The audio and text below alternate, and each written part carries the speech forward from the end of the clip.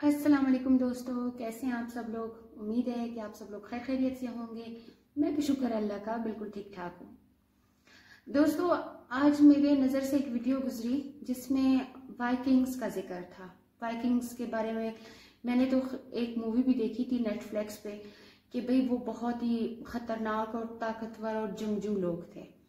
तो आज इसी बारे में और इसके अलावा ये भी था कि अभी जो कुर्लस उस्मान का सीज़न 4 चल रहा है उसमें भी वाइकिंग्स का जिक्र दिखाया गया है। तो मैंने कहा चलो मिलके देखते हैं कि वाइकिंग्स की हिस्ट्री क्या है और कुर्लस उस्मान में इनका क्या किरदार है हिस्ट्री में। चलो फिर शुरू करते हैं। तो अगर आप लोग इतिहास में इंटरेस्ट रखते हैं तो मुझे उम्मीद है कि आप लोगों ने वाइकिंग्स का नाम तो जरूर सुना होगा, क्योंकि ये हमारी दुनिया के हद से ज्यादा खतरनाक और ताकतवर लोग हुआ करते थे।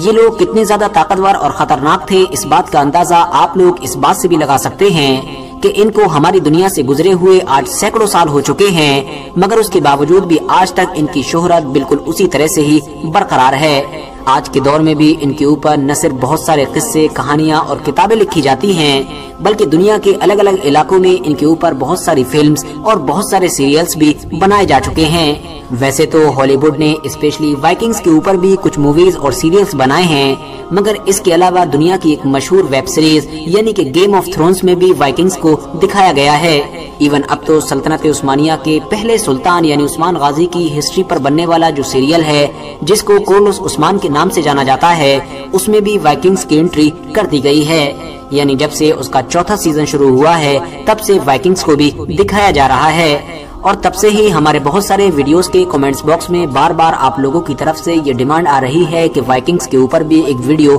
बनाई जाए, जिस वीडियो में न सिर्फ वाइकिंग्स के पूरे इतिहास को कवर किया जाए, बल्कि ये भी बताया जाए कि इन खतरनाक लोगों का इतिहास में कभी मुसलमानों के साथ और खास तौर से सल्तनत उस्मानिया के साथ मुकाबला हुआ भी था या फिर नहीं हुआ था, और अगर हुआ था तो कितनी बार, और उन जंगों का क्या नतीजा रहा था। तो चलिए दोस्तों, आप लोगों की फरमाइश पर आज की इस वीडियो में हम लोग वाइकिंग्स के इतिहास में डूबने की कोशिश करते हैं, और साथ ही साथ आज की इस वीडियो में हम लोग ये भी जानेंगे कि आखिर इन खतरनाक और ताकतवर लोगों का हमारी इस दुनिया से खात्मा कैसे हुआ था।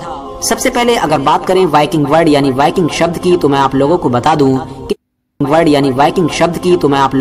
दूं कि नॉर्वे में विक नाम का एक इलाका हुआ करता था, और इस हिसाब से अब नॉर्वन जबान में वाइकिंग उस इंसान को कहा जाता था कि जो उस विक नाम की बस्ती का रहने वाला होता था। मगर स्वीडन के ही एक बड़े हिस्टोरियन और वैज्ञानिक का ये मानना है कि दरअसल वाइकिंग उस इंसान को कहा जाता था कि जो इंसान अपना वतन छोड़कर शिकार और लूट मार के लिए समुद्र के एक लंबे सफर पर निकल जाता था। यानी आसान लफ्जों में हम उस इंसान को समुद्री लुटेरा कह सकते हैं। बहुत सारे इतिहासकार भी वाइकिंग का मतलब समुद्री डाकू ही बताते हैं। साथ ही साथ आप लोग ये बात भी याद रखें कि वाइकिंग किसी कम्युनिटी यानी किसी कौम का नाम नहीं हुआ करता था, बल्कि ये एक पेशे का ही नाम हुआ करता था, और वो पेशा था लूटपाट करना। जो इंसान भी इस पेशे से जुड़ जाया करता था उसको वाइकिंग ही कहा जाता था। बात करें अब अगर इनके इलाके की, तो मैं आप लोगों को बता दूं कि वाइकिंग्स नाम के ये खतरनाक लोग नॉर्थ यूरोप के उस इलाके में रहा करते थे कि जहां पर आज के दौर में डेनमार्क, स्वीडन और नॉर्वे जैसे 3 देश मौजूद हैं। याद रहे कि ये तीनों ही देश हमेशा से अपनी सख्त सर्दी के लिए जाने जाते हैं, और वाइकिंग्स नाम के इन लोगों को भी सर्दी, भूख, गरीबी और इस इलाके की बढ़ती हुई आबादी ने ही लूटपाट की तरफ धकेल दिया था। ये लोग इस इलाके में कबीले की शक्ल में यानी कबीले बनाकर रहा करते थे। मगर इंटरेस्टिंग बात यह है कि दुनिया की दूसरी कौमों की तरह वाइकिंग्स का भी अपना एक अलग और शानदार इतिहास मौजूद है। बात करें इनके अगर धर्म की, तो दरअसल ये नॉर्वे के एक हद से ज्यादा पुराने धर्म को फॉलो किया करते थे। उस धर्म में बुतों को पूजा जाता था और बहुत सारे अलग अलग इनके देवता हुआ करते थे।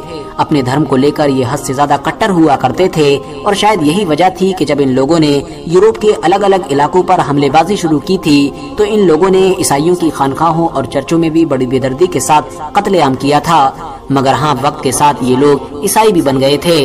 ईसाई बनने से पहले तक जिस नॉर्वे के ये पुराने धर्म को फॉलो किया करते थे उसमें वैसे तो बहुत सारे देवी देवता थे, मगर उन्हीं देवी देवताओं में से जो एक देवता था उसका नाम थॉर भी था। और आपको जानकर हैरानी होगी कि आज के दौर में हॉलीवुड मूवीज के अंदर जिस मशहूर थॉर नाम के कैरेक्टर को हम लोग देखते हैं और बहुत सारे लोग पसंद करते हैं, वो दरअसल कहीं और से नहीं बल्कि वाइकिंग्स के इसी धर्म से ही लिया गया है, यानी उन्हीं का ही ये एक देवता हुआ करता था। वाइकिंग्स का ये भी मानना था कि अगर वो लोग अच्छे काम करके इस दुनिया से मरेंगे तो मरने के बाद वो अपने सबसे बड़े देवता के जिसका नाम ऑर्डिन था उसके साथ जन्नत में रहेंगे। इतना ही नहीं, जब इन लोगों में किसी की मौत हो जाया करती थी तो ये अपने मुर्दे को सबसे पहले एक कश्ती में रखा करते थे और उसके साथ में उसके कुत्तों को, उसके बहुत सारे सामान को और उसके गुलामों को रखते, फिर उस कश्ती में आग लगा दिया करते थे, यानी इस तरह से एक साथ सब लोगों को जला दिया करते थे। बात करें अब अगर इस बारे में कि आखिर वाइकिंग्स नाम का ये खतरनाक तूफान शुरू कब से हुआ था, तो मैं आप लोगों को बता दूं कि ऐतिहासिक किताबों में जो कुछ भी सबूत मिलते हैं उनके मुताबिक इन लोगों का सबसे पहला हमला 793 ईस्वी में हुआ था। जिस हमले में लगभग 100 वाइकिंग्स के जो हथियारों से लैस थे उन्होंने नॉर्थम्ब्रिया के एक ईसाई खानका पर हमला किया था।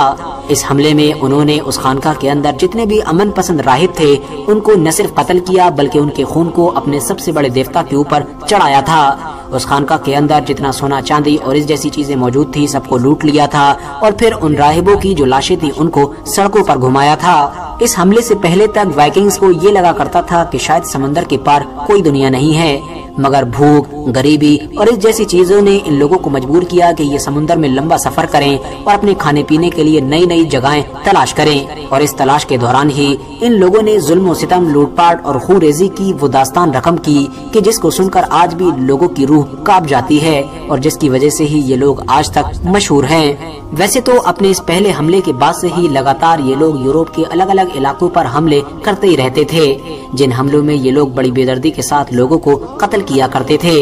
मगर इन लोगों को सबसे बड़ी कामयाबी 1013 ईस्वी में उस वक्त मिली कि जब इन लोगों ने इंग्लैंड की सल्तनत पर ही कब्जा कर लिया था। हालांकि बाद में इनसे ये सल्तनत वापस भी छीन ली गई थी।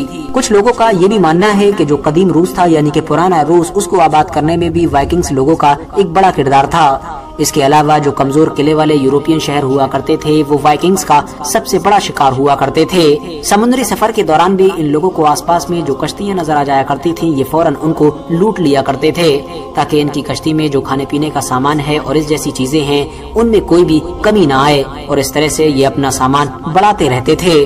अब सवाल ये है कि वाइकिंग्स का क्या कभी मुसलमानों से भी कोई सामना हुआ था या फिर नहीं हुआ था? तो मैं आप लोगों को बता दूं कि जिस दौर में वाइकिंग्स हमारी दुनिया के एक बड़े इलाके पर कहर बरसा रहे थे, उस दौर में मुस्लिम दुनिया पर खिलाफत अब्बासिया का राज हुआ करता था। वैसे तो ऐतिहासिक किताबों में मुसलमानों और वाइकिंग्स के मुकाबले के बहुत कम ही सबूत मिलते हैं, मगर जितनी भी बार मुकाबला हुआ वो यकीनन हद से ज्यादा खतरनाक था। पहली बार वाइकिंग्स ने 844 ईस्वी में उंदलुस पर अटैक किया था, वही उंदलुस के जिसको आज के दौर में स्पेन के नाम से जाना जाता है और जिस पर उस दौर में पूरी तरह से मुसलमानों का राज हुआ करता था। समुद्री रास्ते से लगभग 54 कश्तियों में हजारों वाइकिंग्स के फौजी सवार होकर आए थे। इन लोगों ने अपनी सारी कश्तियां उस इलाके में रोकी थी कि जिस इलाके को आज के दौर में लिस्बोन शहर के नाम से जाना जाता है।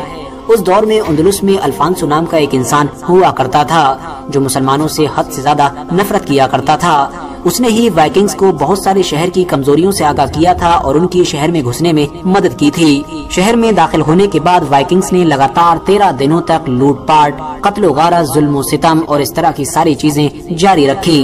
13 दिनों के बाद जब ये लोग बढ़ते बढ़ते सिवाइल तक पहुंच गए तो उस दौर में स्पेन के जो मुस्लिम हुक्मरान हुआ करते थे यानी कि अब्दुर्रहमान अल औसत, उन्होंने फौरन अपनी एक बड़ी फौज रवाना की। मुसलमानों की इस फौज में स्पेन के अलग अलग इलाकों के लोग भी शामिल हो गए थे। सबने मिलकर इस नई आने वाली मुसीबत यानी वाइकिंग से मुकाबला किया और इस जंग में आखिर में मुसलमानों की जीत हुई।